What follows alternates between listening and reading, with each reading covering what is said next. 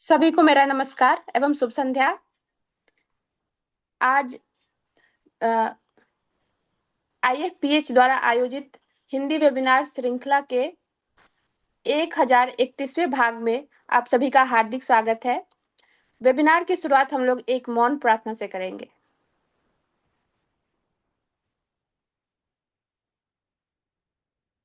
सभी का धन्यवाद। IFPH प्रतिदिन 7:30 से 10:30 बजे तक के लिए वेबिनार आयोजित करता है, जिसमें से 7:30 से 8:30 का समय हिंदी वेबिनार के लिए है। आज इस वेबिनार के इस श्रृंखला में इस हम सभी के लिए अत्यंत सौभाग्य का विषय है कि हमारे बीच डॉक्टर FB सोनी जैसे अनुभवी होम्योपैथिक शिक्षाविद एवं प्रशासक उपस्थित हैं। डॉक्टर सोनी को होम्योपैथी शिक्षण एवं विशेषज्ञता में 22 वर्षों से अधिक का समृद्ध अनुभव प्राप्त है। डॉक्टर सोनी ने DHMS, BHMS तथा MD की उपाधियां प्राप्त की हैं। डॉक्टर सोनी ने देश के विभिन्न प्रतिष्ठित होम्योपैथिक चिकित्सा महाविद्यालयों में प्रोफेसर, प्राचार्य एवं चिकित्सा अधीक्षक जैसे महत्वपूर्ण दायित्वों का कुशलतापूर्वक निर्वहन किया है। साथ ही सर विश्वविद्यालय स्तर पर परीक्षक एवं निरीक्षक के रूप में भी योगदान देते रहते हैं। होम्योपैथिक फार्मेसी एवं एकेडमिक क्षेत्र में सर की गहन समझ आज के विषय को विशेष रूप से प्रासंगिक बनाती है। हमें पूर्ण विश्वास है कि आज का सर का व्याख्यान हमें सभी के ज्ञान और दृष्टिकोण को समृद्ध करेगा। इसी के साथ मैं डॉक्टर FB सोनी से अनुरोध करती हूँ कि वे अपने वेबिनार को शुरू करें और हमें अपने ज्ञान और अनुभव से लाभान्वित करें।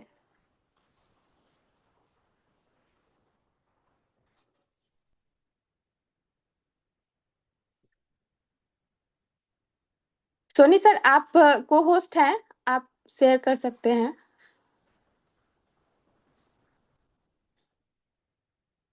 हाँ, नमस्कार मैम। आपको स्क्रीन दिख रहा है मेरा इसमें? Yes sir, yes sir, screen में पीपीटी भी दिख रहा होगा आपको? Yes sir.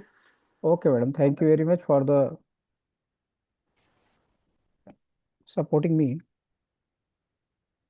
हाँ, यस मैम, ये क्लियर हो रहा है पीपीटी में यस आपको? सर, यस सर, बिल्कुल क्लियर है, आपकी ओके। आवाज भी ऑडिबल है सर। ठीक ठीक ठीक ठीक। Thank you. आप सभी को बहुत बहुत धन्यवाद कि आज हमें ये मौका मिला है डॉक्टर साहनी साहब की तरफ से और आपके मार्गदर्शन में मुझे एक निर्देश मिला हुआ था कि होम्योपैथी के बारे में कुछ जानकारी दे। तो होम्योपैथी में अभी प्राकृतिक चिकित्सा के साथ साथ में अपन जो नॉर्म्स के हिसाब से काम कर रहे थे, अब हमको एक नया अध्याय जुड़ गया है जिसमें 21वीं सदी में बोला जाता है कि हमको NABH, QCI और भी विभिन्न प्रकार के सिस्टम को अपडेट करना है, जिसपे हमको प्रूफ कर सके कि भाई होम्योपैथिक केवल डायनेमिक है तो है, साथ में ही हमको प्रूफ करके दिखाना है कि कौन कौन सी चीज़ों से हम उसको सर्टिफाई कर सकते हैं। और जिनको यकीन नहीं होता होम्योपैथी दवा क्या है कैसा है उसके बारे में हम मार्गदर्शन कर सकते हैं। तो आज का मेरा एक टॉपिक है 21वीं सदी में होम्योपैथिक वैज्ञानिक प्रमाण, नैतिकता, मूल्य एवं चिकित्सक अनुभवी के बारे में बात करना है। सबसे पहले आपको मैं जानकारी दूंगा कि होम्योपैथी की 21वीं सदी में बहुत सारे तथ्य अब सामने आ रहे हैं जो नैनो पार्टिकल्स के बारे में प्रूव हो चुका है कि भाई जो हम नग्न आंखों से नहीं देख पाते थे उन सब चीज़ों को हम बाय माइनोकुलर और बाइनोकुलर कंसेप्ट में स्टडी करते हैं और नैनो पार्टिकल्स को स्टडी करते हैं कि किस तरीके से वो कार्य कर रहा है। सबसे पहले मैं आपको जानकारी दूंगा कि होम्योपैथी एक वैज्ञानिक पद्धति है जिसमें मैथोलॉजिकल कंसेप्ट, साइंस कंसेप्ट और भी जो इनविजिबल कंसेप्ट सब जुड़ा हुआ है, जिसको हम स्टडी करते हैं पेशेंट के ट्रीटमेंट के लिए। सबसे पहले जानकारी दूंगा कि हेनिन साहब ने बोला था हमें कि सिमिलस वीरस क्यूरेंटर बेस में आपको ट्रीट करना है। जैसी होम्योपैथी दवाइयाँ होती हैं वैसे ही लक्षणों को कलेक्ट करना है और आपको इलाज करना है। हम ये जानते हैं कि हम पेशेंट को ठीक कैसे करते हैं, तो उसका बॉडी, माइंड और सोल तीनों चीज़ों को देखते हैं। हमारा कहना ये होता है कि भाई कि व्यक्ति का मस्तिष्क भी स्वस्थ होना चाहिए, उसका शरीर भी स्वस्थ होना चाहिए और आत्मिक रूप से भी वो स्वस्थ होना चाहिए। ये उपचार का एक तरीका है। अब हम 21वीं सदी में जब आते हैं तो हमको एविडेंस बेस्ड प्रैक्टिस करना पड़ता है। पहले एक तथ्यिक बातें होती थी कि भाई चलो ये दे दो तो ऐसा हो जाएगा, इलाज अच्छे से हो जाता है, मगर हमको अब एविडेंस प्रूव करना है न्यू जनरेशन्स के लिए, न्यू जनरेशन्स को कॉम्पिटेंट करने के लिए, कि आपको एविडेंस बेस्ड प्रैक्टिस करनी पड़ेगी। क्लिनिकल डॉक्यूमेंटेशन, पहले बहुत सारी बातें होती थी कि हम लोग करते थे, हमारे सीनियर में बताते थे कि हमने ये ठीक किया, ये ठीक किया, जब प्रमाण की बात आती थी तो वो डॉक्यूमेंटेशन नहीं रहता था, तो तीसरे दूसरे पैथी वाले और हमारे ही साथ के लोगों को भरोसा नहीं होता था कि हम इस तरीके से दवाइयाँ से ठीक कर सकते हैं। इसलिए हमको क्लिनिकल एविडेंस देना बहुत जरूरी है। आउटकम एनालिसिस, आउटकम एनालिसिस मतलब क्या है कि हम पेशेंट्स को जब ठीक कर रहे हैं तो उसका एनालिसिस हो रहा है कि किन किन चीज़ों में वो फायदा हो रहा है, कैसे ट्रीटमेंट हो रहा है और किस तरीके से उसको बेटर फील हो रहा है। उस जानकारी में हम एक ये अध्याय जोड़ते जा रहे हैं सिस्टम में। इथिकल प्रिस्क्रिप्शंस, पहले बहुत सारे मल्टीपल मेडिसिन इस्तेमाल होता था, अब धीरे धीरे पढ़ाई होती जा रही है, बीएचएमएस हो गया, एमडी हो गया, पीएचडी हो गया, बहुत सारे सीनियर फैकल्टीज डॉक्टर्स जुड़ते जा रहे हैं और उनका नॉलेज हमको मिलते जा रहा है, तो हम एक सिस्टमेटिक ट्रीटमेंट में आ गए। जो हैनीमैन साहब का कंसेप्ट था कि single remedy single minimum dose में काम करना है आपको, तो अब हम उस चीज को स्टडी कर रहे हैं बाय द प्रैक्टिकल एनालिसिस। आज के युग में रोगी और नियामक संस्थाओं में प्रूफ और डॉक्यूमेंट चाहती है। आप किसी को बोलते हो भाई कि हमने गाल ब्लैडर ठीक किया, किडनी स्टोन ठीक किया, बहुत सारे अनकॉन्शियस पेशेंट को ठीक किया, तो ये सारी चीज़ों को स्टडी करने के लिए एक मार्गदर्शन होता है कि आप प्रूफ क्या है। तो क्लिनिकल एक्सपीरियंस और केस रिकॉर्ड आपके पास होने चाहिए।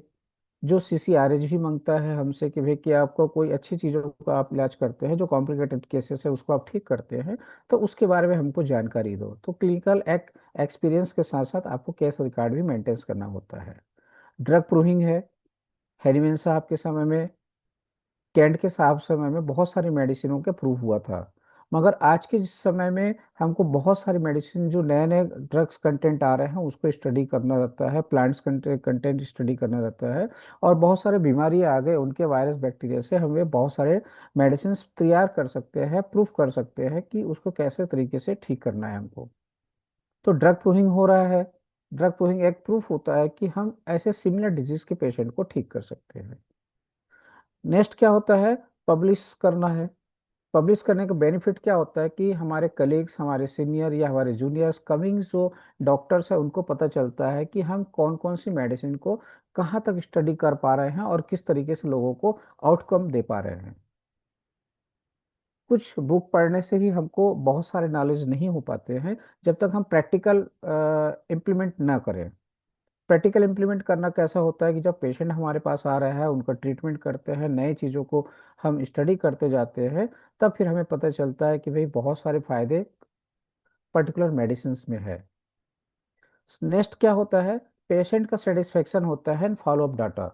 जब पेशेंट आपके पास आ रहा है, कभी कभी कॉम्प्लिकेशन हो जाता है या फिर फॉरगेटनेस होता है कि हमने क्या दवाइयाँ दिया है, नहीं दिया है, तो उसके लिए हमें जरूरी होता है कि हम पेशेंट्स के सारे केस रिकॉर्ड स्टडी करें, उनको डॉक्यूमेंटेशन फॉर्म में रखें, और 2 महीने, 4 महीने, साल भर बाद भी अगर कोई पेशेंट वापस आता है तो हमको ये पता रहता है कि हमने उसको क्या दिया था और अब क्या तकलीफ है तो हमें क्या देना है, correlated of the previous treatment and current treatment by the nature of patients.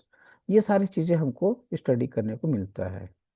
Evidence में क्या होता है कि ट्रीटमेंट क्रिएटिविटी बढ़ती है। जब हम फ्री रहते हैं तो हम अपने ही स्टडी को करते हैं, अपने ही केस टेकिंग को स्टडी करते हैं कि हमने पहले 4 महीने पहले कौन कौन से पेशेंट को कौन सी दवाइयाँ दिए थे, उससे क्या बेटर रिजल्ट मिला और हमें अब क्या देना चाहिए, या हो सकता है कि उससे और बेटर कौन सी मेडिसिन दे सकते हैं। ये हमको ट्रीटमेंट में एक हेल्प मिलता है। नेक्स्ट होता है मेडिकल ऑडिट, आसान होता है। आजकल सभी जगह डॉक्टर्स के पास में भी आपका एविडेंस मांगा जाता है, पेशेंट का रिकॉर्ड मांगा जाता है, सॉफ्टवेयर इस्तेमाल करते हैं हम लोग, तो वहाँ पे भी एक होता है कि आपका कितने पेशेंट आए, किस तरीके से आपको रिकॉर्ड मेंटेन करना पड़ रहा है। तो ये हेल्प होता है, सारे एविडेंस रिकॉर्ड आपके हमें हेल्प करता है। इथिक्स, इथिक्स की बात करते हैं तो उसमें क्या है आपका कि नैतिकता, हमारे मेन उद्देश्य क्या होना चाहिए कि हम पेशेंट को ठीक करें, सरलता से ठीक करें, ना कि उनको हम प्रलोभन दें या प्रलोभन में या गलत मार्गदर्शन में उनको डरा के बहुत पैसा ले या लंबे समय तक ट्रीटमेंट करे, ये ऐसा नहीं होना चाहिए। एक इथिक्स है कि हमको सही डायग्नोस करना है। सही डायग्नोस करने के लिए क्या है फायदा है कि हम अपने सीनियर से बात करें, अपने टीचर से बात करें, हमारे जो गाइडलाइनर्स हैं उनसे हम सर्च करते रहें। नेक्स्ट, हमारे बहुत सारे जो आजकल मल्टी मंथली बुक्स आ रहे हैं, मैगजीन्स आ रहे हैं, जिसमें बहुत सारे सीनियर प्रैक्टिशनर्स के गाइडलाइन रहते हैं कि कैसे ठीक करते हैं लोगों को। वो हमको पढ़ना चाहिए, समझना चाहिए, उससे हम आगे ठीक कर सकते हैं। इन द सेंस क्या है कि हमको एक सही डायग्नोस करना है पेशेंट को।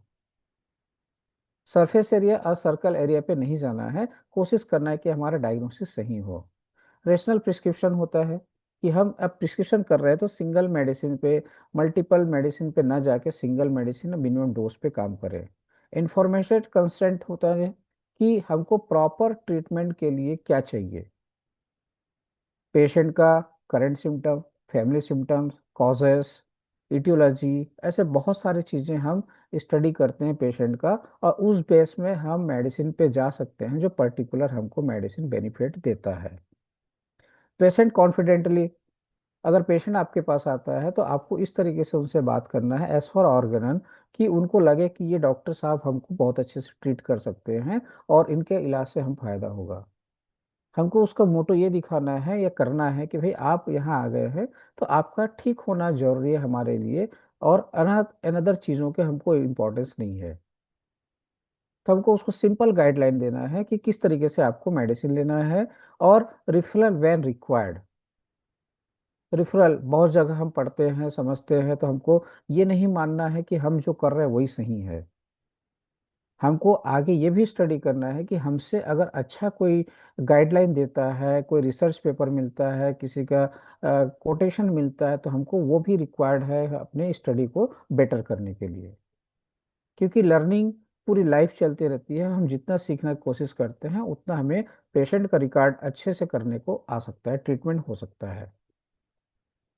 सबसे पहले क्या है इथिकल प्रैक्टिस में, क्या है कि पेशेंट को ट्रस्ट बनता है जब आप उसको सही तरीके से ट्रीटमेंट करेंगे, प्रॉपर गाइडलाइन देंगे, उसका रियलिटी बताएंगे कि आपको ये बीमारी क्यों है, कैसा है, किस तरीके से ठीक हो सकता है या नहीं हो सकता है, और हमें क्या क्या करना है, वो प्रॉपर आप उसको गाइडलाइन देंगे तो पेशेंट को ट्रस्ट होता है।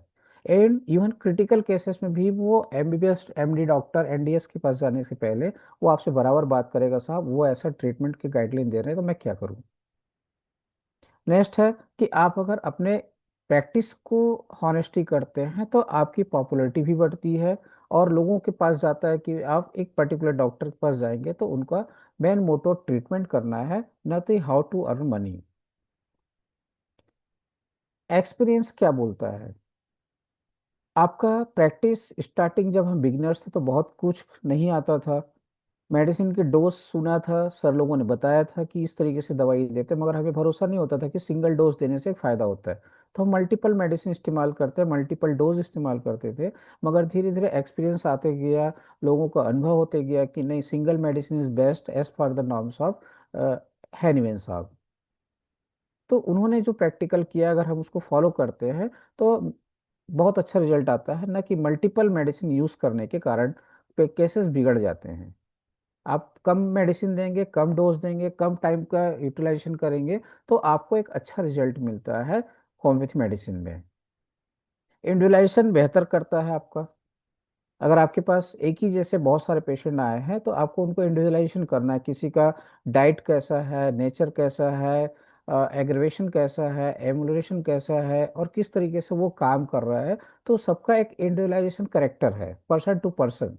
तो अब आपको सभी लोगों का अलग अलग इंडिविजुअलाइजेशन बेस में ट्रीटमेंट करना है, न कि कॉमन फैक्टर टाइप का ट्रीट करना है। जैसे पैरासीटामॉल दे दिए, फीवर है तो सबको पैरासीटामॉल दे दिए, as for another pathy. But homoeopathy में आपको उसका कैरेक्टर लेना है, कॉन्स्टिट्यूशन लेना है, किस तरीके से वो इलाज करना चाहता है और कैसे उसके प्रॉब्लम्स है, वो सबको समझना पड़ता है।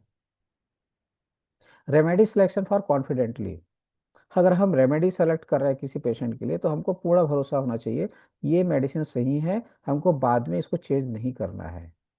चेंज कब होना है, जब पेशेंट के कैरेक्टर्स चेंज होते हैं, सिम्टम चेंज होते हैं, तो अपन सप्लीमेंट्री डोज देते हैं, वो एक अलग मैटर है। मगर जब हम मेडिसिन दे रहे हैं तो हमें पूरा यकीन होना चाहिए कि हम जो दवाइयाँ दे रहे हैं वो सही है और उससे पेशेंट को ठीक मिलेगा। कॉम्प्लिकेटेड केस को सुरक्षित ढंग से हैंडल करना है। कई बार क्या होता है कि सूडोसोरा केसेस हो गई, फॉल्स केसेस हो गए, कभी एलोपैथी से इलाज करा के, आयुर्वेदिक से इलाज करा के हमारे पास आ गया, कभी होम्योपैथी डॉक्टरों से इलाज करा के आपके दूसरे भी डॉक्टर के पास चला जाता है। तो हमको सबसे पहले स्टडी करना है कि उसका रियलिटी क्या है।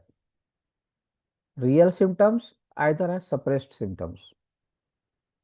क्योंकि होम्योपैथी में बोला जाता है कि आप कॉम्प्लिकेटेड मेडिसिन दे दिए हो पेशेंट को और उसके बाद उसका एंटीडोट देते हैं तो they are create the new symptoms. So we are treat the simplicity. आप उसको पहले देखो समझो, उसके बाद उसका इलाज करने की कोशिश करो। मेन कंसेप्ट क्या है? एविडेंस होना चाहिए, आपके पास डॉक्यूमेंटेशन होना चाहिए किस तरीके से काम कर रहे हैं, आपका इथिक्स होना चाहिए, एक न्यायपूर्ण कार्य होना चाहिए, और एक्सपीरियंस भी होना चाहिए। धीरे धीरे आपका एक्सपीरियंस आते जाएगा। ये सभी को हम जब कैलकुलेट करते हैं तो एक अच्छा क्वालिटी हमें डॉक्टर्स में मिलता है, जो आज के समय में बहुत ज़्यादा स्कोप बढ़ा है होम्योपैथी का। उसका मेन रीज़न है कि first we have to treat the patient by simplicity. 21वीं सदी की बात अपन कर रहे थे, तो 21वीं सदी में क्या है आपका? Evidence, ethics, experience.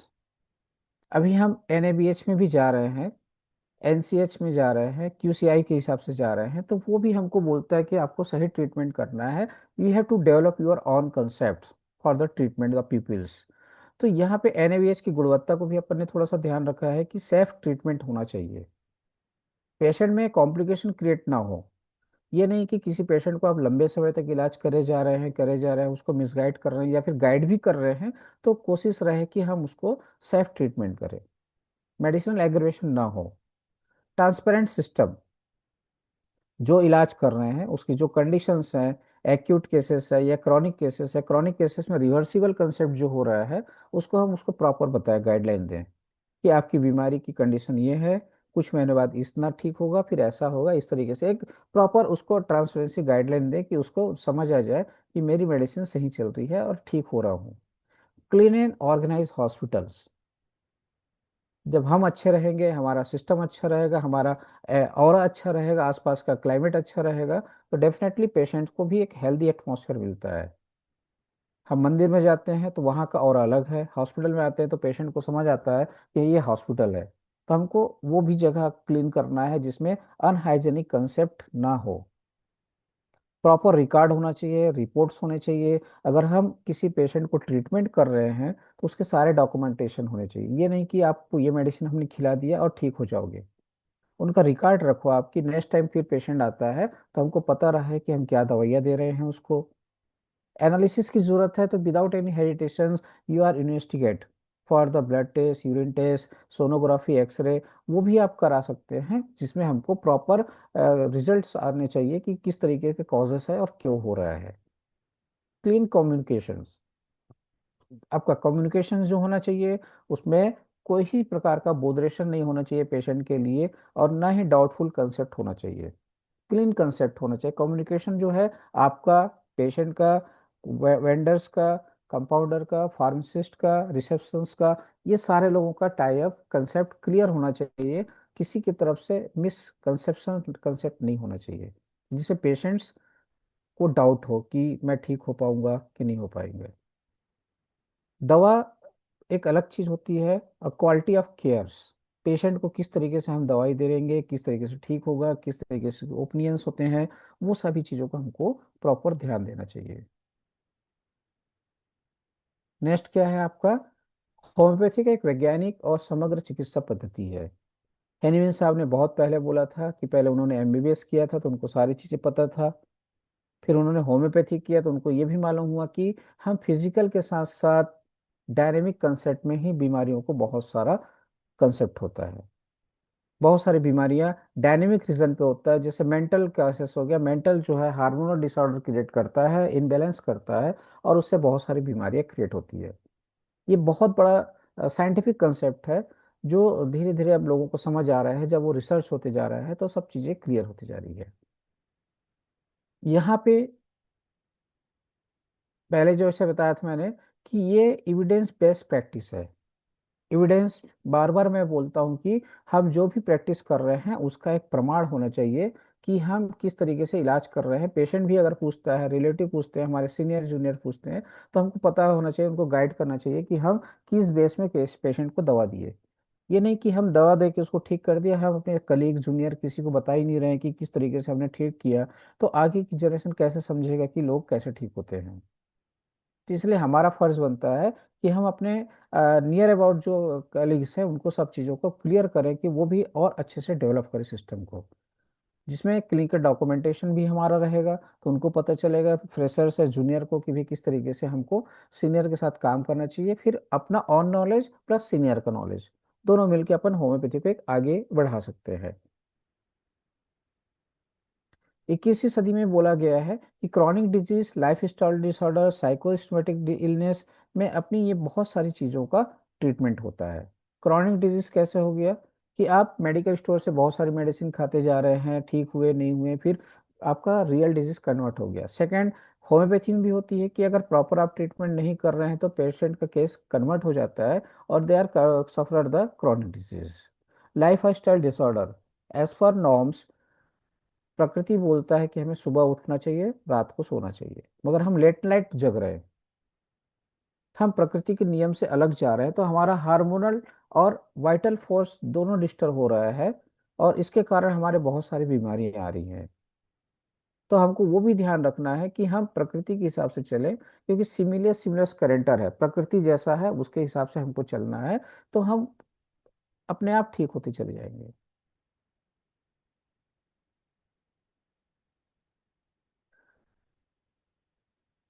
Chronic lifestyle रोगों की भूमिकाएं क्या है हमारे जीवन में। तो फर्स्ट रोल होता है आपका कि लाइफस्टाइल डिसऑर्डर जो है, बहुत सारा कॉजेस है उसमें, diabetes, hypertension, asthma, allergy, thyroids, arthritis, migraine, so many disease by the life cycle disorders. तो अगर हम, आयुर्वेदिक भी बोलता है कि अगर आप अपना प्रॉपर लाइफ साइकिल चलाना चालू करते हैं, लाइफ स्टाइल प्रॉपर करते हैं एज पर नेचर्स, तो बहुत सारी बीमारियां आपकी ठीक होना चालू हो जाती है। तो हमको वो भी ध्यान देना है। ये बहुत सारी बीमारियां लंबे समय तक चली आ रही है, वो कॉम्प्लिकेटेड हो जाती है और कन्वर्ट हो जाती है, बार बार सर्दी हो रहा है, सर्दी हो रहा है, तो वो, या हेडेक हो रहा है तो माइग्रेन में कन्वर्ट हो गया, किसी और कंसेप्ट में चला गया। तो ये हमको भी ध्यान रखना है कि किसी भी प्रकार की कोई चीजें डिसऑर्डर फॉर्म में न जाए। हम सिस्टम को डिसऑर्डर करेंगे, चेंज करेंगे, तो सिस्टम हमारे अंदर की सिस्टम जो हार्मोन्स है, ग्लैंड्स है, सिक्रेशंस है, मेटाबॉलिज्म प्रोसेस है, उसको सब चेंज कर देता है, जो हमें पता नहीं चलता। कुछ बीमारियां ऐसी हैं कि रिसर्च में भी पता नहीं चलता कि किस तरीके से होता है। जस्ट लाइक वेव्स, आपकी फीलिंग्स, आपके वेव्स आपको डिस्टर्ब करते हैं। जैसे कहीं पे म्यूजिक चलता है तो अपने आप हमारे हाथ पैर हिलने लगते हैं, डांस करने लगते हैं, कहीं पे इमोशनल सीन होता है तो हम रोने लगते हैं। तो ये they are create the dynamic character of the human bodies. Next है आपका रूट काज को जानना जरूरी है। अगर आपकी बीमारी हो रही है तो सिम्टम्स के बेस पे ट्रीटमेंट करते हैं, मगर हमको ये भी जानना पड़ता है कि ये सिम्टम क्यों क्रिएट हो रहे हैं, what are the reason of disease और symptoms, then we are treat the cause. Immune system को जो मैं बोल रहा था बैलेंस करती है, कौन करता है, अगर हम प्रॉपर अपना लाइफ रूटीन चालू करते हैं कि हमें क्या खाना है, क्या नहीं खाना है, किस तरीके की लाइफ जीना है, वो प्रकृति के तौर पे हमको चलना है, तभी हम स्वस्थ रह सकते हैं। लॉन्ग टर्म सेफ ट्रीटमेंट प्रदान करती है, कौन करता है प्रदान, अगर हम प्रॉपर नेचर्स को फॉलो करते हैं तो हमें ट्रीटमेंट लंबी समय तक हेल्दी मिलता है। या ट्रीटमेंट कैसा हेल्दी मिला, मेडिसिन पॉइंट ऑफ व्यू नहीं जा रहे हैं अपन, नेचर्स पॉइंट ऑफ व्यू जा रहे हैं। नेचर्स ने जो प्रकृति बनाया हुआ है उस सिस्टम को हम फॉलो करते हैं तो हमें बीमारियां नहीं होती है, या बहुत कम समय तक हम मेडिसिन ले पाएंगे। साइड इफेक्ट न होने के क्रॉनिक पेशेंट के लिए बहुत अच्छा क्या है कि आप लंबे समय तक मेडिसिन लेते हैं तो आपको कोई ना कोई कॉम्प्लिकेशन क्रिएट होगा ही होगा। अगर मुझे माइग्रेन है, मैं माइग्रेन की मेडिसिन ले रहा हूँ, तो धीरे धीरे माइग्रेन की मेडिसिन लंबे समय तक चलता है तो वो कुछ किसी और भी डिजीज को क्रिएट करेगा वो मेडिसिन। अगर होम्योपैथी मेडिसिन लेते हैं तो they are work the multiple system or organs. Allopathy medicine लेते हैं तो केमिकल कंटेंट्स, मिनरल कंटेंट्स जो है, they are change the another system for our body for long time duration. इसलिए हमको ये चीज़ों को ध्यान रखना है कि होम्योपैथी 21वीं सदी में क्रॉनिक डिजीज और लाइफ स्टाइल डिजीज का एक महत्वपूर्ण भूमिका निभा सकती है, क्योंकि ये सिंपल पद्धति है सिमिलर सिल्वस क्यूरेंटर बेस में। नेक्स्ट क्या है आपका? Patient centric approach. हम उपचार कैसे करेंगे, उसका अप्रोच कैसा होगा? आधुनिक चिकित्सा में फोकस करते हैं डिजीज कंसेप्ट पेशेंट कंसेप्ट की ओर गया है, इन द सेंस कि हम डिजीज को प्रायोरिटी दे रहे हैं कि पेशेंट के कैरेक्टर्स को प्रायोरिटी दे रहे हैं। डिजीज के कैरेक्टर को प्रायोरिटी दे रहे हैं इन द सेंस क्या हो गया कि हम कॉजेस फैक्टर को नहीं जान रहे हैं और ना ही उसको जाना, खाली डायग्नोस पे चले गए, उसके हिसाब से ट्रीटमेंट कर रहे हैं। होम्योपैथी में क्या बोला गया है कि रोगी की शरीर, मानसिक और भावनात्मक स्थिति का मूल्यांकन किया जाता है। क्योंकि हमको पहले ही पढ़े हमने, कॉन्स्टेंट हेरिंग साहब के में, कैंट साहब के में लिखा भी है, हेरिवन साहब ने लिखा है कि मोस्टली आपके डिजीज जो होते हैं मेंटल डिसऑर्डर के कारण होते हैं। 90% अपन मान सकते हैं कि मेंटल डिसऑर्डर के कारण डिजीज होते हैं, 10% फिजिकल डिजीज के कारण मेंटल डिजीज कन्वर्ट होता है। इसलिए हमको ये ध्यान रखना है कि हम किस तरीके से ट्रीटमेंट करें लोगों का। कोई बीमारी है तो पहले हम जाने, कॉन्स्टिपेशन है, एंजाइटी है, डेलोरियम है, या आपका किडनी का कोई प्रॉब्लम है, तो पहले ये जानना है कि हमको उसका मेंटल कॉजेज स्ट्रक्चर क्या है, then we are treat the patients. सभी सिम्टम्स के लिए एक जैसा मेडिसिन नहीं रहता। पेशेंट के कैरेक्टर्स और इंडिविजुअलाइजेशंस के बेस में हमारी मेडिसिन चूज होती है। उसके लिए क्या करना है? डिटेल केस टेकिंग करना है, जो हमारा ऑर्गेनन बोलता है कि भाई आपको केस टेकिंग प्रॉपर करना चाहिए। पेशेंट्स एक्सेप्शनल्स की समझना चाहिए, उसकी बातों को समझो, उसकी बातों को मानो। उनको हम गाइडलाइन नहीं देंगे कि आप किस तरीके से बता रहे हो, वो जो पेशेंट अपनी वे में बात कर रहा है उसी वे में हमको अपनी रिकॉर्ड कीपिंग करनी है कि वो क्या चाह रहा है, कैसा बोल रहा है, किस तरीके से उसकी प्रॉब्लम्स हैं, उसको समझना है। Then lifestyle, stress, sleep, diet, ये सभी चीज़ों को उसका स्टडी करना है हमें। क्यों स्टडी करना है? कि बहुत सारी बीमारियों को हम, स्ट्रेस है, ज़्यादा सो नहीं पा रहा है, डाइट प्रॉपर नहीं है, या फिर फास्टिंग बहुत कर रहा है, बहुत स्पाइसी मटेरियल खा रहा है, तो ये छोटी छोटी चीज़ों को ध्यान रखना है कि अगर हमको इसको कंट्रोल करते हैं तो उसकी बीमारियां अपने आप ठीक हो जाती है। हमारे यहाँ बोला जाता है कि लोग भूख से कम ज़्यादा खा के बीमार पड़ते हैं या मरते हैं। तो हमको डाइट को मेंटेन करना है कि हमें कम खाना है, जितनी हमारी नीड है उससे थोड़ा सा कम खाओ, तो बीमारियां ज़्यादा होगी नहीं। प्रॉपर बॉडी बोलता है कि 7 to 8 आवर्स हमको रेस्ट करना चाहिए फॉर द मेटाबॉलिक प्रोसेस। आपका हार्मोनल बैलेंस डिसबैलेंस जो है उसको मेंटेन करने के लिए आपको सोना है। तो आपको सोना है, इसका मतलब यह है कि रात को 12 बजे सो के सुबह 10 बजे उठना, ऐसा नहीं है। आपको प्रकृति के हिसाब से चलना है कि रात को 9 से 10 बजे के आसपास सो जाना है, सुबह 6 बजे 5 बजे उठ जाना है। तो ये हमारी बहुत सारी बीमारियों को ठीक कर सकता है। इस तरीके की सारी बातें हमको पेशेंट को समझाना है कि आप लाइफ स्टाइल को आप प्रॉपर करते हैं तो बहुत सारी बीमारियां आपकी रिवर्स हो जाएगी। इन्हीं बातों से आपको पेशेंट को सेटिस्फेक्शन भी देना है कि आप जो बता रहे हैं वो प्रॉपर है, उसके हिसाब से आपको चलना है। कंप्लायंस जो होती है उसके बेहतर होनी चाहिए। और होम्योपैथी का मूल सिद्धांत ही है कि पेशेंट को ठीक करना, पर्सन को ठीक करना। इंटीग्रेटेड कंसेप्ट में क्या बोला गया है? हेल्थ सिस्टम के बारे में है। 21वीं सदी में चिकित्सा एकल पद्धति नहीं बल्कि इंटीग्रेटेड हेल्थ केयर की ओर बढ़ती जा रही है। इंटीग्रेटेड हेल्थ सिस्टम का मतलब क्या है? Allopathic, homeopathy, yoga, lifestyle medicine patient benefit को प्राथमिकता दे रहा है। अभी बहुत सारी जगह आयुष सिस्टम हो गया है, जहाँ पे आपका आयुर्वेदिक, होम्योपैथिक, एलोपैथिक सारे कंबाइंड होकर काम कर रहे हैं, इंटीग्रेटेड काम कर रहे हैं कि जिसको किस तरीके से ट्रीट करना है पेशेंट को विदाउट एनी कॉम्प्लिकेशन है, विदाउट एनी हार्मफुल कंडीशंस। तो यहाँ पे इंटीग्रेटेड सिस्टम को हमको अडॉप्ट करना चाहिए कि जब कोई चीज़ें मिलते जा रहा है तो एक नया सिस्टम जनरेट होता है, नए चीज़ें को समझ आती है कि हमको किस तरीके से लोगों को ठीक करना है। एलोपैथिक इमरजेंसी केयर में के साथ साथ सेफ्टी इंटीग्रेटेड हो सकती है। कुछ जगह ऐसा है कि हम दोनों को लेके काम कर सकते हैं।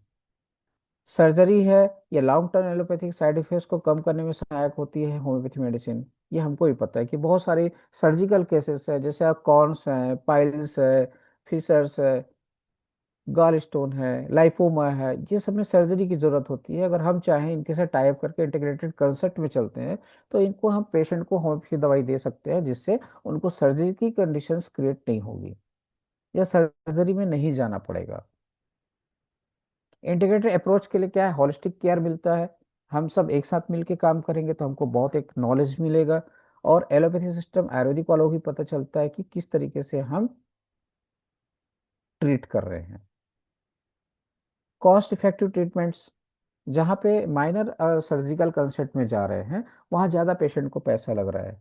यहाँ पे हम इन सब चीज़ों को, लाइपोमा है, कॉन्स है, पाइल्स है, फिशर है, ठीक है ना, ऐसे बहुत सारी बीमारियों का अगर हम होम्योपैथी प्रॉपर ट्रीटमेंट करते हैं बाई सपोर्टिंग फॉर सर्जन्स, तो वहाँ पेशेंट को भी कम पैसे लगेंगे और वो भी लाइफ अच्छी रहेगी उनकी, और पेशेंट की लाइफ क्वालिटी में सुधार होगी। बहुत सारे केसेस ऐसे होते हैं, आपने देखा होगा, कॉन्स अपन गुखरू बोलते हैं, जिसको निकाल देते हैं ऑपरेशन करके, बाद में कुछ महीने बाद फिर हो जाता है। तो इस तरीके से रिपीट नहीं होनी चाहिए थी। मगर होम्योपैथी का नहीं है मेडिसिन, लोगों के पास नॉलेज नहीं है या लोगों को अवेयरनेस नहीं है, तो इसलिए वो इस तरीके से ट्रीटमेंट में जाते हैं, बाद में परेशान होते हैं। वो उनको हमें सिखाना है। Evidence based homeopathic clinical case study होती है, उसके डॉक्यूमेंटेशन लिखना है, प्रॉपर डायग्नोस होना चाहिए क्लिनिकल केस स्टडी में। पेशेंट आया तो हम खाली उसकी बातें सुन के मेडिसिन ना दें। पेशेंट को हम उनकी बातों के साथ साथ उनका प्रॉपर डायग्नोस करें, केस टेकिंग डिटेल में लें, रेमेडी सिलेक्शन के फिर लिए जस्टिफिकेशन करें। उसको ये नहीं कि दो तीन दवाई एक साथ दे दो आप। प्रॉपर अपने को मेडिसिन चूज करना चाहिए और उसका फॉलोअप भी लेना चाहिए, और उसका रिजल्ट देखना चाहिए कि कौन सी मेडिसिन का पेशेंट को पर्टिकुलर कौन सा रिजल्ट कैसा आ रहा है। ट्रीटमेंट इफेक्टिव हो रहा है कि नहीं, ये जानना है।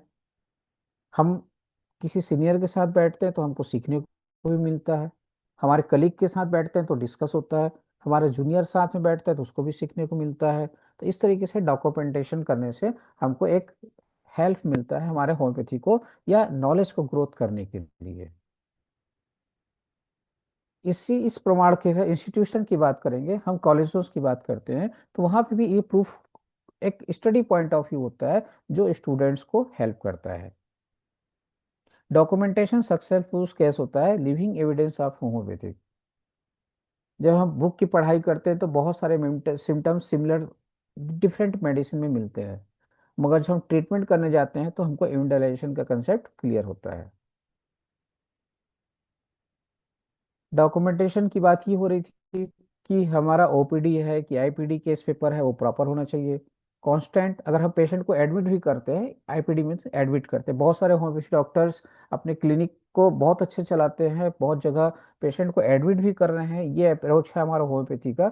तो उनके लिए भी रहता है कि प्रॉपर केस पेपर बनाते रहें, कंसेंट फॉर्म भरते रहें कि किस तरीके से पेशेंट को हम ठीक कर रहे हैं, क्या प्रॉब्लम्स है, किसी ज़्यादा कॉम्प्लिकेटेड है तो हम उसको रिफर भी कर सकते हैं। प्रॉपर इन्वेस्टिगेशन होना चाहिए और ट्रीटमेंट होना चाहिए, ये सारी चीज़ों का रिकॉर्ड होना चाहिए।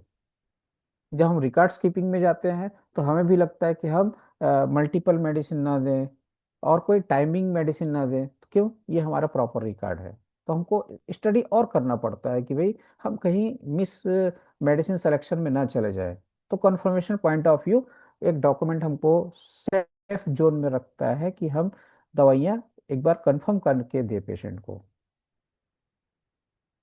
मेडिसिन का लीगल कंसेप्ट भी होता है, होम्योपैथी में ज़्यादा नहीं है, मगर कई जगह ऐसा होता है कि भाई अगर डॉक्यूमेंटेशन है तो आप सेफ है, किसी प्रकार का कॉम्प्लिकेशन नहीं आएगा आपके ऊपर कि आपने किस दवाई को दिया और क्यों क्या हो गया। रीजन कुछ भी हो सकता है पेशेंट का, but they are blaming to you in that condition of the critical.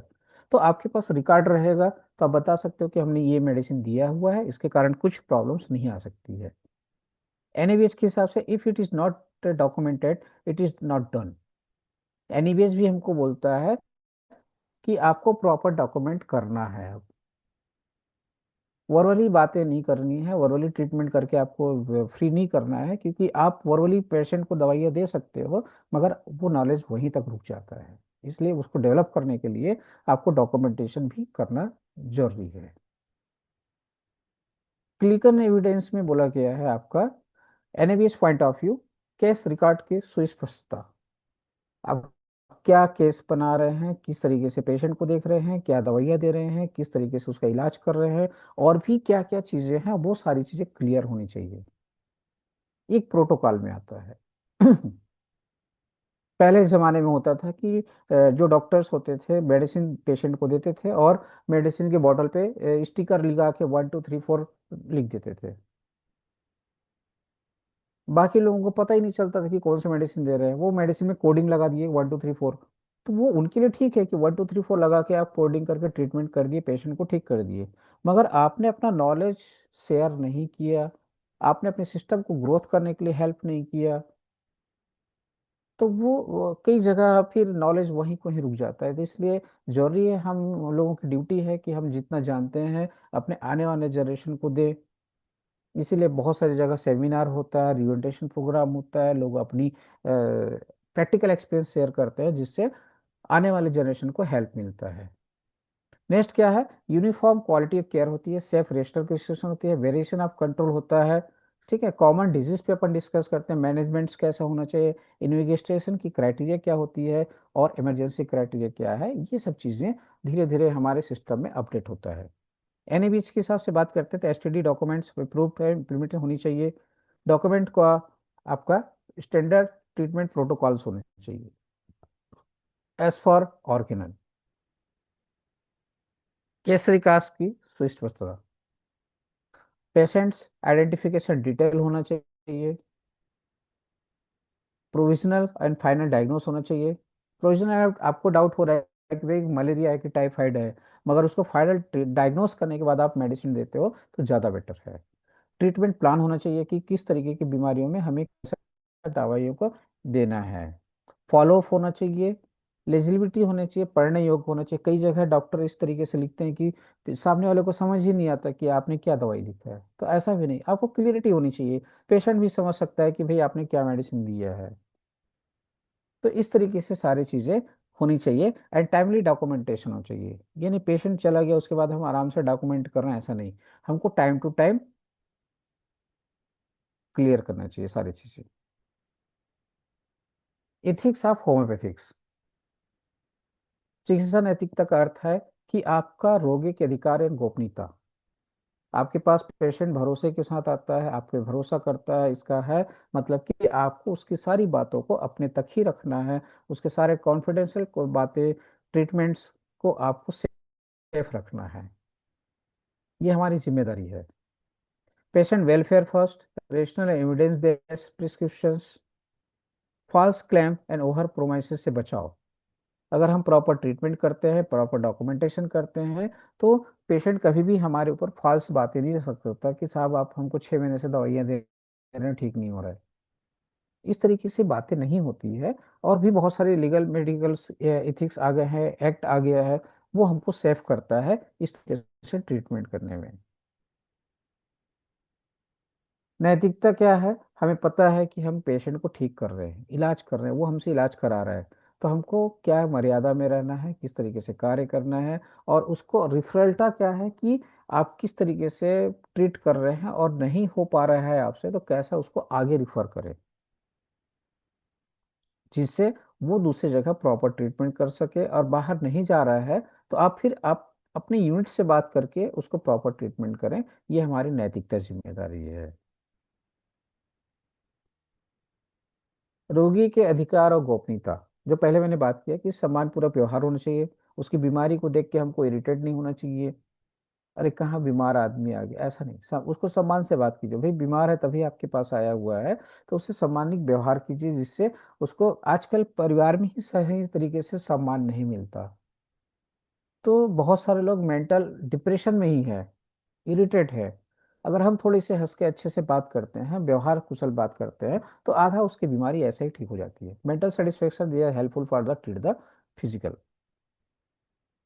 तो हमको बातें स्पष्ट रखनी है उससे, कौन सी बीमारी कैसे हुआ, किस तरीके से ठीक होगा नहीं होगा, किस तरीके से आपको इलाज कराना है, क्या क्या करना है, हमको क्लियर कंसेप्ट पेशेंट को देना चाहिए। नेक्स्ट है आपका पेशेंट्स की display. Display in the sense कि किस तरीके से पेशेंट का रिकॉर्ड आपके पास है। अगर आप वो चाहे तो आप उसको दिखा सकते हैं, कॉन्फिडेंटली बात कर सकते हैं, उसके सारे रिकॉर्ड्स उसके नॉलेज में होना चाहिए। इससे पेशेंट का ट्रस्ट बढ़ता है और उसको लगता है कि भाई हमारा डॉक्टर हमें सही उपचार कर रहे हैं। इन्फॉर्म कॉन्स्टेंट का अर्थ सूचित संहिता। रोगी को उपचार से पहले पूरी जानकारी देना शामिल होता है कि आप किस तरीके से पेशेंट का इलाज कर रहे हैं, उसका बीमारी क्या है, क्रॉनिक डिजीज है कि एक्यूट डिजीज है, उसको किस तरीके से आप ट्रीटमेंट कर रहे हैं। और उसको अप्रोक्सीमेट आप पीरियड भी बता सकते हो कि साहब ये बीमारी में आपको 4 महीने लगेंगे, 6 महीने लगेंगे, हो सकता है जल्दी भी ठीक हो जाए या लेट पे हो। आपको पूरे कंसेप्ट क्लियर करना है उसको। ऐसा नहीं कि हो रहा है इलाज, हो रहा है करके साल भर आप चलाए जा रहे हो, बेचारा परेशान है, ऐसा नहीं। आपको एक टेंटेटिव रिजल्ट्स के बारे में बताना है कि साहब ये बीमारियां आपकी ऐसी है, पुरानी है कि नहीं है, कि किस तरीके से आपको ठीक करना है। तो उसका एक अप्रोक्सीमेट उसको मेंटल सेटिस्फेक्शन के लिए बताना रहता है कि साहब बीमारी की कंडीशन ये है, आपको किस तरीके से फायदा होगा और आराम होगा। ये सब हमें पेशेंट की जानकारी में रहनी चाहिए। एक्सपीरियंस। क्लिनिकल निर्णय क्षमता होना चाहिए। अगर हम धीरे धीरे प्रैक्टिस करते जाते हैं तो कॉन्फिडेंस आता जाता है कि हमको सही दवाई चुनना है। सराउंडिंग लेयर पे दवाइयाँ नहीं चुननी है। हम कोशिश करें, स्टडी करें और भी अपने लोगों से बात करें कि हम पेशेंट के साथ जस्टिसफाई करें, जजमेंट्स करें कि प्रॉपर कौन सी मेडिसिन हमको देना उसके लिए ठीक है।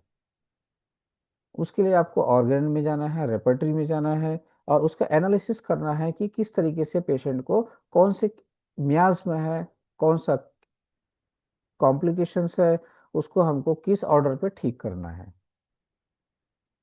डायग्नोस कंफर्म होने के बाद में आपको मेडिसिन सेलेक्ट करना है। रेपर्टराइजेशन करते हैं तो बहुत अच्छी बात है, कॉन्स्टिट्यूशनल में जाते हैं तो भी चलेगा।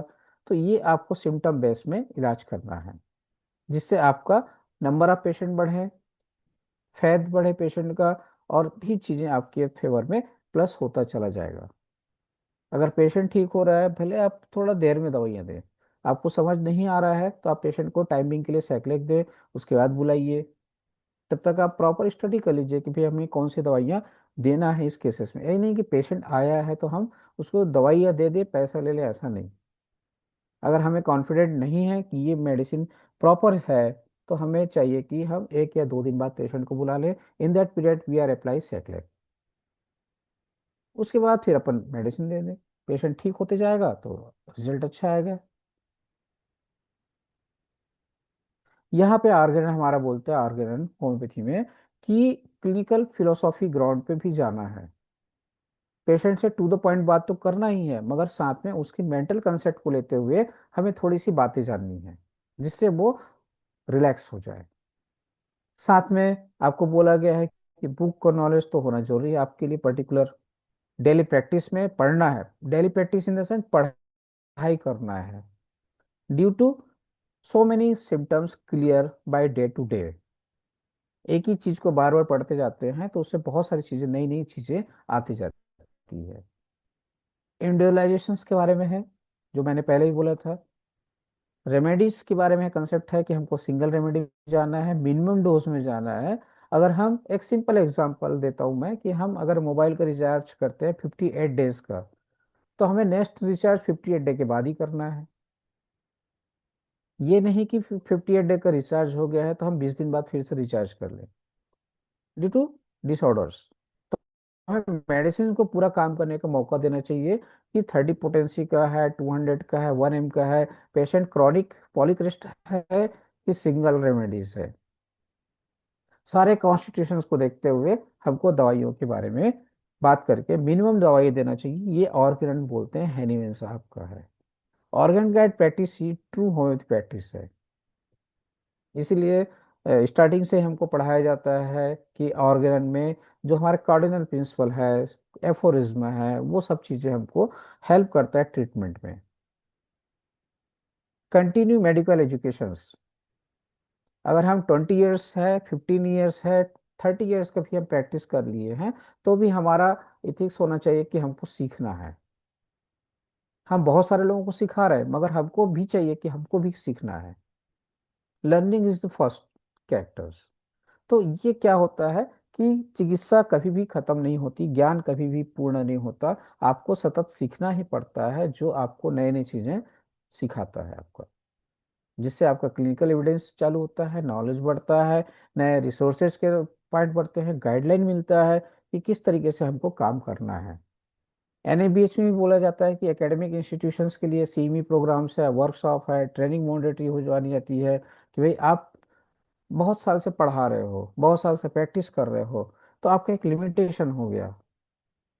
तो आपको भी नया नया चीज़ें रिसर्च करना है, theoretical point of view and practical point of view.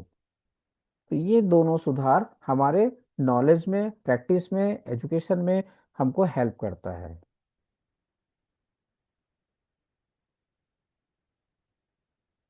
Main क्या है आपका, होम्योपैथी का कंसेप्ट है एविडेंस बेस में है। हमको एविडेंस चाहिए, प्रमाण चाहिए कि हम लोगों को कैसे ठीक कर रहे हैं, किस तरीके से इलाज कर रहे हैं, उसका हमको एक एविडेंस होना चाहिए।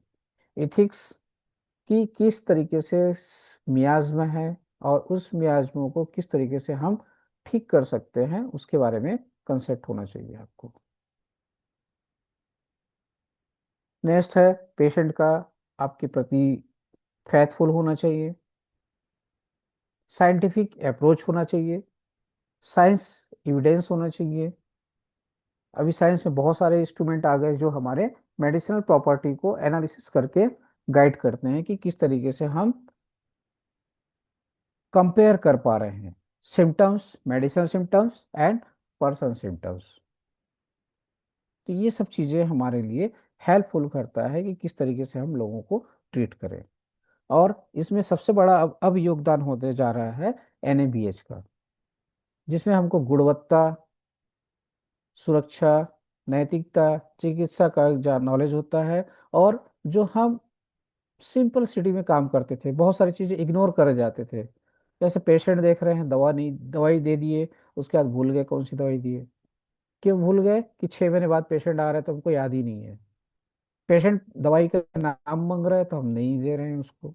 ऐसे पहले बहुत सारा होता था, पेशेंट को पता ही नहीं चलता था कि उसको कौन सी होम्योपैथी दवाई दी है जिससे ठीक हो गया। तो इसमें कोई फियर फैक्टर नहीं है कि हम मेरे पेशेंट को मेडिसिन का नाम दे देंगे तो वो जाके खरीद के खा लेगा, ऐसा नहीं है। पेशेंट भी जानता है कि मुझे कौन सी मेडिसिन डॉक्टर ने साहब ने दिया है, ये वो डॉक्टर साहब ही समझ पाएंगे। उसको भी पता है कि है पर्टिकुलर कोई मेडिसिन नहीं है कि जो पर्टिकुलर सिम्टम को ठीक करे। पेशेंट को नॉलेज में है कि सिम्टोलॉजिकल ट्रीटमेंट करते हैं हम लोग। तो इसलिए कभी भी पेशेंट्स अपने ऑन वे में जाके मेडिकल स्टोर से कभी भी मेडिसिन परचेज नहीं करता है होम्योपैथी में। तो इसलिए धीरे धीरे अपना एजुकेशन पॉइंट ऑफ व्यू हम डेवलप करें, रिकॉर्ड्स कीपिंग करें, एक्सपीरियंस अपने लोगों के पास शेयर करें कि कौन से ट्रीटमेंट को किस तरीके से, सॉरी, कौन सा बीमारी को किस मेडिसिन से हमने ठीक करा है। इस तरीके की सब बातें आनी चाहिए। Thank you very much. आप लोगों ने बहुत पेशेंसफुली मेरे शेयर किए हुए चीज़ों को, शब्दों को सुना। किसी को कुछ पूछना है तो आप बता सकते हैं, पूछ सकते हैं, या फिर मुझे गाइड कर सकते हैं कि next time future point of view मुझे क्या करना चाहिए बेटर फॉर वर्क। बहुत बहुत धन्यवाद सर आपका। आपका ये वेबिनार वास्तव में बहुत ज्ञानवर्धक था। हमारे आज के इस समय में जहाँ पे सब लोग जानते हैं कि होम्योपैथी को फ्रूटफुल है, लेकिन इसका जो एविडेंस है, इसके एविडेंस बेस्ड रिसर्च और एविडेंस बेस्ड क्योर जो है, उसको उसकी वैल्यू बहुत ज़्यादा है सर। बहुत बहुत धन्यवाद सर आपका। मैं सभी पार्टिसिपेंट से आग्रह करती हूँ कि मैं अगर आपके पास कोई क्वेश्चन है या फिर कुछ आप शेयर करना चाहते हैं तो आप हैंड रेज कर सकते हैं या चैट बॉक्स में अपने क्वेश्चन को टाइप कर सकते हैं।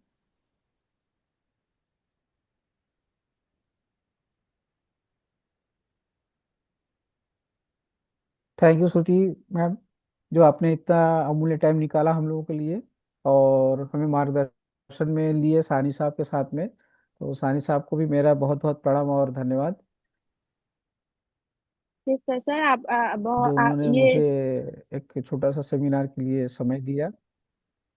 ये सर। सर आप इसके पहले भी एक बार हिंदी में सेमिनार कर चुके हैं और मैंने हाँ जी, हाँ उस जी। सेमिनार को अटेंड किया था। और सही में जब भी आप आते हैं तो बहुत जो भी बात बताते हैं सर बहुत यूजफुल रहता है और हम लोग को प्रेरित करता है कि कैसे हम लोग डे टू डे प्रैक्टिस में इसको यूज कर सकते हैं और कैसे एक अपने प्रैक्टिस को और एक तो मतलब साइंटिफिक एक सिस्टमेटिक वे में कैसे इसको कर सकते हैं। ये बहुत अच्छा लगता है जी सुन जी के और सुन के समय समय पे याद भी आता है कि हाँ इस प्रोसेस को फॉलो करना चाहिए। तो ये बहुत बहुत जी मैडम, जी। क्योंकि कैरिकुलम में जो रहता है वो मेडिसिन में सब कुछ है, लेकिन प्रैक्टिस में कैसे इसको अप्लाई करें वो आप लोग जैसे एक्सपीरियंस लोग से बहुत सीखने को हाँ। मिलता है।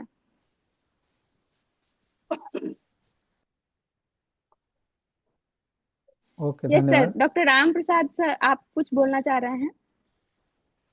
राम प्रसाद नहीं, not doctor Shruti Shukla, Ram Pravesh Shah. Oh yes sir, Ram हाँ, Pravesh, Ram sorry Pravesh sir. Shah. Yes sir, yes thank sir. You, thank you doctor Shruti Sarika. हाँ, and congratulation doctor Phanibhushan Soni sir. बहुत अच्छा जी सर, प्रणाम सर, आपने प्रणाम। According to Organon, according to ethics अपना बताए। हम्म। बहुत अच्छा लगा। और सिंगल रेमेडी, जी सिंगल जी। डोज एट ए टाइम, ये सब भी बताए जो में लिखा हुआ हम लोग जो पढ़ते हैं, है ना। जी हाँ, जी तो हाँ, जी हाँ सर। कारण जो देखते हैं, हाँ, हम्म कारण मेन कॉज ऑफ डिजीज जो है हमारा, उसको जो है हम्म। इनविजिबल है, जिसको देखा नहीं जा सकता है। जो हाँ सर। बताए डायनेमिक है। हम्म हम तो कहते हैं 50% बीमारी का main cause of disease only one word, ईयर। ईयर, हम्म। ईयर ही बीमारी का 50% कारण है। बाकी तो कुछ जी है हाँ, ही, जी। दाही प्रवृत्ति हो, हम्म। झूठ बोलना हो, या जो लोभी हम्म प्रवृत्ति हो। तो मेन कॉज अब उससे हमारा जो है फिजिकल जो है वाइटल फोर्स डिरेंज होता है, और हम जो है फिजिकल हम्म। बीमारी में चले आते हैं और स्ट्रक्चरल बीमारी में चले आते हैं। तो ये सब ठीक है, बहुत अच्छा जी जी। बताए। लेकिन एक चीज जो बताए कि पेशेंट एथिक कहता है, सरकार हम लोग पर हम्म लागू कर दिया है, बैंड कर दिया है, लेकिन रोगी नहीं समझता है। हम तो देख रहे हैं हम्म। कि 39-40 साल से प्रैक्टिस कर रहे हैं। दवाई यदि जी हाँ लिख सर। देंगे कि हम लाइकेसिस हम्म। दिए हैं, वन नेम तुरंत जाता है और दवाई दुकान से लेके एक शीशी लाइकेसिस धर के घोट रहा है, समझे ना। आता है बराबर कि बराबर 3 महीना बराबर। के बाद आता है, डॉक्टर साहब दवाई दिए थे, झूठो बोल देता है कि हम दिल्ली चले गए थे, हम्म। लेकिन तो यहाँ जी जी। लाइकेसिस लेके खा रहा है। तो नहीं ऐसा तो, है। तो पहले नहीं के तो जमाना में जो उसमें भी चिकित्सक होते थे,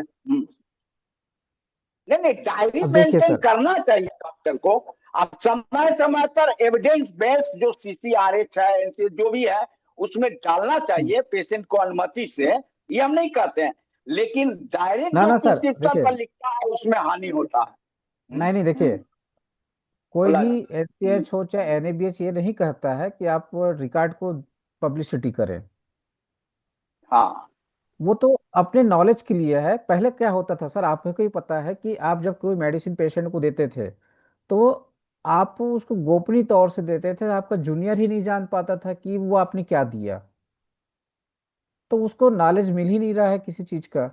तो वो नॉलेज को गेन करने के लिए ही तो जरूरी है कि हमको डॉक्यूमेंटेशन करना नहीं चाहिए। नहीं, डायरी मेंटेन रहता है तो जूनियर जान जाता है। इस क्लिनिक से जो 40 साल से कम 10 वो कंपाउंडर निकला, अपना प्रैक्टिस कर रहा है बम बम, समझे ना। हम्म और ये हमारा क्लिनिक जो है जो है ये सर ये प्रॉब्लम केवल होम्योपैथी में चलिए नहीं सर, है, वो सर एलोपैथी में या किसी भी में सब है, में है, सब में है। लेकिन डॉक्यूमेंटेशन हाँ, के लिए जरूरी है। और दूसरा कि हाँ, पेशेंट को हाँ, अगर पता नियम रहेगा जो कि है, हाँ हाँ, ये डोज अगर इतना ही है और अगर नहीं लेते हैं तो आपका बीमारी ठीक नहीं, अगर ज्यादा लेते हैं तो फिर देखिए इसका असर खत्म हो जाएगा। ये एक सब तो बोलने हम पर बहुत सारे पेशेंट सुनते हाँ, हैं और यहाँ चलिए तक सर, कि हम ठीक है। लिख के भी दे देते हैं, एक तो लेकिन चीज है, एक चीज चलिए श्रुति, मैं एक पता रिक्वेस्ट है, करूंगा, फिर बहुत और भी अच्छा लोग जुड़ लगा रहे हैं। ये हमको, सर हमारे लेकिन हम हाँ, हाँ 8:30 ये टू सर 9:30 के लोग आ रहे हैं, ठीक ये तो सर ठीक है, प्रणाम ठीक है, सर, बहुत प्रणाम। बढ़िया, जो है बहुत बहुत धन्यवाद। हाँ हाँ, फिर चर्चा करेंगे प्रणाम प्रणाम। शाह साहब, कभी मौका मिले तो। प्रणाम सर, प्रणाम।